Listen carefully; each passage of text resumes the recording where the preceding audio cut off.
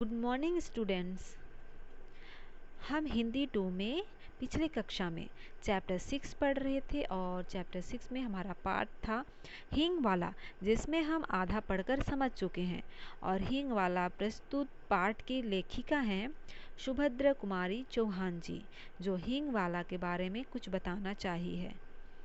तो हम आधा पढ़ चुके हैं और आधा हमारा पाठ अब भी बाकी है। तो हम पाठ की शुरुआत करते हैं और आगे हम विस्तार से समझते हैं कि हींग वाला के द्वारा क्या घटना घटी थी।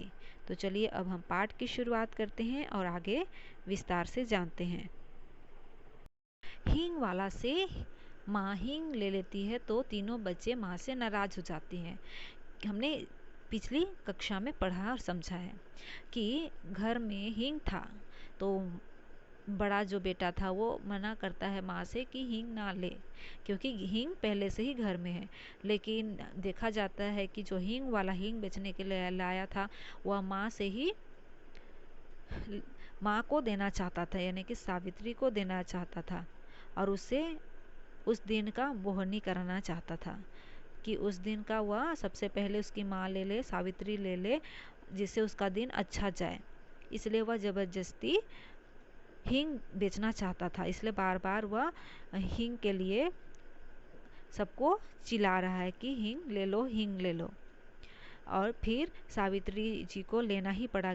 घर में हींग था फिर भी उस हींग वाला के चलते, यानी कि ज़बरदस्ती कर रहा था, इसीलिए लेना ही पड़ा। क्योंकि वह हींग वाला बोल रहा था कि अब हम नहीं आएगा, हम अपना देश के लिए चला जाएगा और हम नहीं आएगा, इसलिए आपके लिए स्पेशल लाया है, आप यह हींग रख लीजिए क्योंकि आपको दोबारा नहीं मिलेगा। इसीलिए परेशान होकर उस हींग वाला से परेशान होकर सावित्री जी हींग घर में रहते हुए दोबारा हींग ले लेती है। इससे उनके तीनों बच्चे जो थे वे नाराज हो जाते हैं, क्योंकि माँ सब का सब पैसा हींग वाला को दे देती है। सावित्री को बच्चों की इन बातों पर, यानी कि वह माँ से बिगड़ कर बोले, यानी कि जो बच्चे तीनों बच्चे माँ से बिगड़ गए, गुस्सा हो गए और 2 माँ 6 आने हमको भी दे दो। और उन्होंने कहा कि हमें भी तो दे दो कुछ पैसे, 6 आने दे दो, हम बिना लिए नहीं रहेंगे, हमें भी पैसा चाहिए। 8 साल की लड़की भी गंभीर स्वर में बोली, तुम माँ से पैसा ना मांगो। फिर अपने भाई से कहती है, 8 साल की जो बच्ची है कहती है कि आप पैसा मत मांगो माँ से, वे तुम्हें नहीं देगी, उसका बेटा तो वही खान है, हम नहीं हैं। यानी कि जिस तरह बच्चे नादानी अवस्थान में बोलते हैं ना, उसी तरह प्रस्तुत पाठ में भी देखा जा रहा है कि तीनों बच्चे माँ से नाराज हो गए हैं, क्योंकि घर में हींग था फिर भी उसकी माँ ली और सारा पैसा उस हींग वाले को दे दी है। और जब ये बच्चे माँ से मांगते हैं तो माँ मना करती है, इसलिए वे गुस्सा हो गए हैं और कहते हैं कि हमें तो पैसा नहीं देगी, उसका बेटा तो वही खान है और खान को ही देगी। सावित्री को बच्चों की इन बातों पर हंसी आ गई, क्योंकि ये तीनों बच्चे इस तरह बातें करते थे कि हम तो उनके बेटे नहीं हैं, वह हींग वाला ही है। किंतु उसने, यानी कि सावित्री ने अपनी हंसी दबाकर बनावटी क्रोध में कहा, चलो हटो, बड़ी बातें बनाने लगे हो, खाना तैयार है, खाओ। छोटा बोला, यानी कि छोटा जो लड़का था वह बोला, पहले पैसे दो, तुमने खान को दे दिए हैं। सावित्री ने कहा, अच्छा चलो पहले खाना खाओ फिर रुपये दूंगा, रुपये का तुकाड़ 6 आने दूंगी। खाना खाते खाते हिसाब लगाने लगा। रुपये में 16 आने, 6 आने रतन लेगा, 6 मुन्नी छोटे के लिए, तो 4 आने ही बचेंगे। छोटा विफर हो गया और बोला, कभी नहीं, मैं 6 आने लूँगा। यदि मुन्नी ने 4 आने लेना स्वीकार ना कर लिया होता तो दोनों भाइयों में तकरार की नौबत आ गई होती। कई महीने बीत गए, सावित्री की सब हींग खत्म हो गई। इसी बीच होली आई। होली के अवसर पर शहर में दंगे हो गए, बहुत से लोग मारे गए। मरने वालों में 2 खान भी थे। इसे खान लोगों ने बड़ा उत्पात मचाया। सावित्री कभी कभी सोचती, हींग वाला खान तो नहीं मर डाला गया। फिर सोचती, मार डाला गया होता तो मरने दो, दूसरे हींग वाले भी तो होंगे। परंतु ना जाने क्यों उस हींग वाले खान की याद उसे प्रायः आ जाया करती थी। एक दिन सवेरे सवेरे सावित्री उसी मौली श्री के पेड़ के नीचे चबूतरे पर बैठी। अभी किसी प्रकार की दंगे की आशंका न थी। शहर में सब जगह शांति थी। हिंदू होली न जला सके थे, इसलिए दशहरा दूनी उत्साह के साथ मनाने की तैयारी में थे। 4 बजे शाम को काली का जुलूस निकालने वाला था। सावित्री के बच्चों ने कहा कि हम भी काली का जुलूस देखने जाएंगे। सावित्री स्वभाव से ही भीरू थी, यानी कि डरपोक थी। फिर भला बच्चों को कैसे भेजे। उसने बच्चों को पैसों का, खिलौना का, सिनेमा का प्रलोभन दिया और बच्चे ना माने सो ना माने। यानी कि जिस तरह भीड़ भड़ाका में माताएं अपने बच्चों को नहीं भेजना चाहती है कि माँ अपने बच्चों को अकेले इस भीड़ में नहीं भेजना चाहती है, क्योंकि दंगे फसादे हो जाते हैं, इसलिए उसे समझाया करती है। उसी प्रकार इन तीनों बच्चों को सावित्री समझाती है और लालच देती है कि खिलौना देने का लालच करती है, सिनेमा दिखाने का प्रलोभन दिया करती है, पर बच्चे नहीं मानते हैं। माँ समझाती है लेकिन तीनों बच्चे जिद कर जाते हैं कि उन्हें जाना है। नौकर श्यामू स्वयं जुलूस देखने को बहुत उत्सुक हो रहा था। जो नौकर था घर में, जिसका नाम श्यामू था, वह भी उस जुलूस को देखने के लिए बहुत उत्सुकता हो रहा था उसमें भी। उसने भी कहा, भेज दो ना माँ, मैं अभी तो देखा कर लिए आता हूँ। यानी कि उसको भी बहुत जाने का मन था। जो श्यामू घर में कार्य करता था, काम करता था, उसने सुना और कहा कि भेज दो अम्मा, मैं तो जा रहा हूँ, मैं ही उसको देखूंगा, इन लोगों को देखभाल करूंगा। मोहल्ले के और लोग भी तो गए हैं। और श्यामू ने कई कल्पित नाम गिना। दशहरा हिंदुओं का सबसे बड़ा त्योहार होता है, तो उस त्योहार के समय एक जुलूस निकलता है। उससे पहले दंगा फसाद हो चुका था, तो अब उस दंगा फसाद का कोई भी डर नहीं था और हिंदू होली न जला सके थे, इसलिए दशहरा यानी कि बहुत उत्साह के साथ में मनाने का तैयारी में था। 4 बजे शाम को काली का जुलूस निकालने वाला था, यानी कि काली का जुलूस निकालते। तो सावित्री के बच्चों ने भी कहा कि उस काली की जुलूस में उन्हें भी देखने के लिए जाना है। तो सावित्री स्वभाव से डरपोक थी, इसीलिए अपने तीनों बच्चों को मना करती है और फुसलाती है और कहती है, समझाती है, कहती है कि तुम लोगों को उस भीड़ में नहीं जाना है। अगर तुम लोग नहीं जाओगे तो मैं बहुत सारे चीज़ें तुम लोग को दूंगी, पैसे का खिलौना दूंगी और सिनेमा भी दिखलाने के लिए ले जाऊंगी।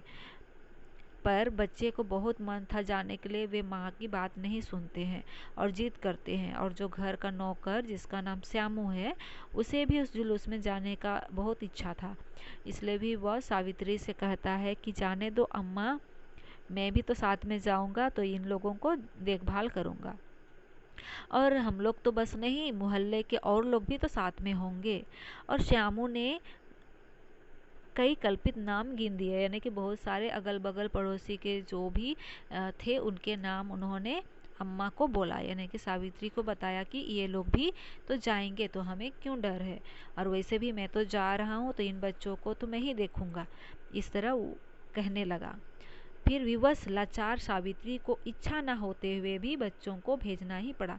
यानी कि सावित्री नहीं चाह रही थी कि उस भीड़ में, उस जुलूस में उनके तीनों बच्चे जाए, लेकिन क्या श्यामू के कहने पर लाचार हो गई और विवश होकर उन बच्चों को भेजने का प्रबंध किया। बच्चे तो खुशी खुशी जुलूस देखने गए और इधर सावित्री के प्राण जैसे मुरझा से गए। अब घर में वह थी और उसका साल भर का गोदी का बच्चा, यानी कि घर में तो थी। सावित्री को मन तो नहीं था, लेकिन श्यामू के कहने पर अपने बच्चों को भेजने के लिए तैयार हो गई। लेकिन वे बच्चे तो चले गए, लेकिन जुलूस देखने गए, परंतु इधर सावित्री का प्राण मुरझा गया। अब घर में वहाँ कोई भी नहीं थे, बस उसका साल भर का गोदी में एक बच्चा था। बच्चों को भेजने के साथ ही सावित्री उनके लौटने की प्रतीक्षा में लगी थी। यानी कि भेजी और सोच रही कि इतने जुलूस में से कब आएंगे, वह सोचने लगी और प्रतीक्षा करने लगी। कभी भीतर जाती है, कभी बाहर आती है, उसका मन बेचैन हो जाता है, क्योंकि अपने बच्चों को कभी इस तरह भीड़ भड़ाका में कभी नहीं भेजी थी। देखते देखते दिन ढल चला, अंधेरा भी बढ़ने लगा, पर सावित्री के बच्चे ना लौटे। अब सावित्री को ना भीतर चैन था ना बाहर। यानी कि शाम भी हो गया लेकिन वह बच्चे नहीं पहुँचे। इससे पहले सावित्री उन बच्चों को, अपने बच्चों को कभी इस भीड़ में नहीं भेजी थी, इस जुलूस में कभी नहीं भेजी थी। वह श्यामू के नौकर जो श्यामू था उसके कहने पर भेजी। इसीलिए वह प्रतीक्षा करने लग रही है कि कब उनके बच्चे आएंगे। और प्रतीक्षा करते करते शाम हो गया लेकिन बच्चे घर नहीं वापस नहीं आ सके। इतने में उसे कुछ आदमी सड़क पर भागते हुए जान पड़े। वह दौड़कर बाहर गई, उन आदमियों से पूछा, ऐसे भागे क्यों जा रहे हो? काली का जुलूस तो निकल गया ना? फिर एक आदमी ने बताया, दंगा हो गया माजी, दंगा, बड़ा भारी दंगा। पुलिस ने गोली चला दी, लाशों के मारे सड़क बंद हो गई, हजारों आदमी मर गए। यानी कि जब अंदर बाहर हो रही है, यानी कि बच्चों को प्रतीक्षा कर रही है कि बच्चे कब वापस आएंगे, यानी कि बेचैन हो उठा। माँ का हृदय जब शाम होते जा रहा है, माँ का हृदय बेचैन होते गया और वह बाहर अपने बच्चों को देखने के लिए निकलती है कि वे आ रहे हैं कि नहीं आ रहे हैं। उसी बीच भागता हुआ एक आदमी दिखाई दिया। उसे ही पूछती है कि तुम भागे क्यों जा रहे हो, क्या हुआ जो तुम भाग रहे हो इस तरह से? तो वह व्यक्ति बोला, वो आदमी बोला कि दंगा फसाद हो रहा है, वहाँ गोलियां चल रही है, पुलिस वहाँ गोली चला रही है और लाशों के मारे सड़क बंद हो गई है, हजारों आदमी मर गए हैं। इस तरह वह व्यक्ति सावित्री को बताता है। सावित्री के हाथ पैर यह सुनकर जैसे ठंडे पड़ गए। अब क्या करे? उसने उन्हीं में से एक देहाती से कहा, भाई मेरे बच्चों की खबर ला दो, 2 लड़के हैं, 1 लड़की है, मैं तुम्हें इनाम दूंगी। उस देहाती ने जवाब दिया, का हम तोहार बच्चन को पहचानती हैं माँ जी। फिर जान से प्यारा कुछो नहीं होत। जी हाँ, इतनी गोली चली रही है, घोड़ा दौड़त है, को मरन को जावे, इनाम देओ चाहे खजाना, उलट देओ को न जाए। यानी कि वह अपनी भाषा में गांव का जो व्यक्ति था वह कहने लगता है, यानी कि जब सावित्री अपने बच्चों को ढूंढने के लिए, उनका पता लगाने के लिए कहती है, तो वह व्यक्ति अपनी भाषा में जवाब देता है और कहता है कि अभी इतने भीड़ भड़ाका में जब डर है, आतंक फैल रहा है, पुलिस वहाँ फायरिंग कर रही है और इतने लोग मर रहे हैं, उसमें आप कितना भी मुझे इनाम दो, मैं वहाँ नहीं जाने वाला हूँ और आपका बच्चा लोग को मैं नहीं भी पहचानता हूँ। फिर सबका जान तो प्यारा है, वहाँ पर गोली चल रही है, घोड़ा दौड़ रहे हैं और इतने लोग मर रहे हैं, तो इनाम दो चाहे खजाना दो, मैं उस भीड़ में नहीं जाऊँगा। इस तरह वह गांव का जो था व्यक्ति वो अपनी भाषा में सावित्री को कहने लगता है। तो आज के लिए हम इतना ही पढ़ते हैं और आप भी अपना पाठ्य पुस्तक जो है अच्छी तरह से पढ़िए, तो आपको ज़रूर यह पाठ समझ में आ जाएगी और आप इस वीडियो के साथ साथ अपना पाठ्य पुस्तक ज़रूर पढ़िए। आज के लिए हम इतना ही पढ़ते हैं। कुछ बीन रही थी, स्कूल की छुट्टी थी, तीनों बच्चे आसपास खेल रहे थे। सावित्री ने सुना उसके पति किसी से कड़े स्वर में कह रहे हैं, क्या काम है, भीतर मत जाओ, यहीं रुको। उत्तर मिला, हिंग है हिंग, हेरा हिंग। और खान तब तक आंगन में सावित्री के सामने पहुंच चुका था। खान को देखते ही सावित्री ने कहा, बहुत दिनों में आए खान, हिंग तो कब की खत्म हो गई। खान देश को गया था अम्मा, परसों लौटा हूँ, सावित्री ने बताया। यहाँ तो बहुत जोरों का दंगा हुआ, खान बोला। खान भी सुना, समझ नहीं है लड़ने वालों में। खान बोला कि खान भी सुना, समझ नहीं है लड़ने वालों में, यानी कि लड़ने वालों में कुछ समझ नहीं है, इसलिए दंगे फसाद हो रहे हैं, लड़ाई हो रहे हैं। सावित्री ने पूछा, खान, दंगे की खबर सुनकर भी तुम हमारे घर चले आए, तुम्हें डर नहीं लगा? दोनों कानों पर हाथ रखते हुए खान बोला, ऐसी बात मत कहो अम्मा, बेटे को भी क्या कभी माँ से डर हुआ है जो मुझे होता? इसके बाद उसने अपना डिब्बा खोला और एक झटका हींग तौलकर सावित्री को दी। चिल्लर दोनों में से किसी के पास ना थी। खान पैसा फिर आकर ले जाएगा कहकर हुआ खान सावित्री को सलाम करके चला गया। दशहरा हिंदुओं का बड़ा त्योहार होता है। होली पर दंगा हो चुका था।